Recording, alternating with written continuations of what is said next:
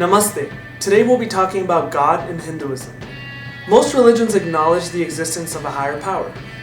Some religions believe that higher power to be energy, while others believe that higher power to be an actual being with form.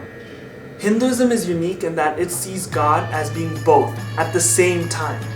Before I move on, I must mention that although the word God is usually used in the Judeo-Christian tradition, I use the word God to refer to the highest power that a religion acknowledges.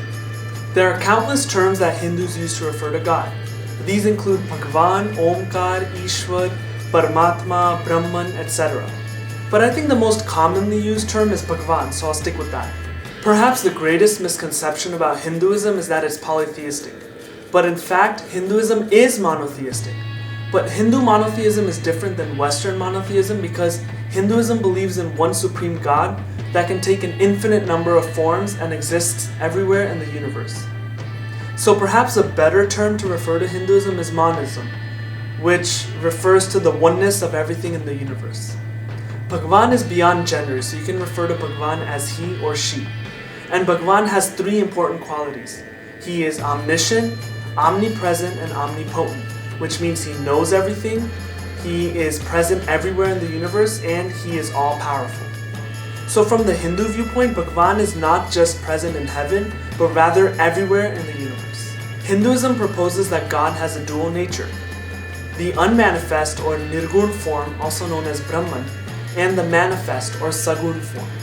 In the unmanifested form, he exists everywhere in the universe as conscious energy, but he can also take form to communicate with us.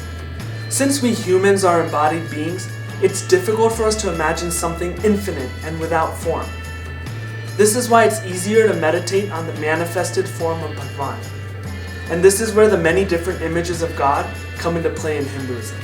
If you've ever studied physics, you may be aware that light also has a dual nature. While conducting experiments, scientists saw that sometimes light behaved like a particle and other times light behaved like a wave. But instead of having to pick one, they regard light as being both. This is similar to how Hindus view God. While the ancient rishis were meditating on Bhagavan, some encountered him to be energy, while others encountered a specific form of Bhagavan. But they are still both legitimate viewpoints on Bhagavan. I mentioned earlier that Bhagavan is energy from which matter arises. And a good way to understand this is to look at Einstein's equation, E equals mc squared, which shows the equivalence of energy and mass. Similarly, Hindus believe that Bhagavan is conscious energy, from which the material universe arose, which he animates. At the same time, he lives within every living being as the Atma. The closest English word to Atma is soul, and since all souls arise from God, he is known as Paramatma, or Super Soul. Our soul is eternal and indestructible. Our bodies may become old and die, but our souls live on forever. Just like we change our clothes every day, our soul changes bodies after each lifetime. So our soul is actually a part of Bhagavan that lives inside of us. And every living being, including plants and animals, has a soul. In this way, God experiences the universe through each of us. So if we acknowledge that God exists, the next step is trying to figure out what our relationship with God is. A good analogy given in the Upanishads is that of the wave and the ocean.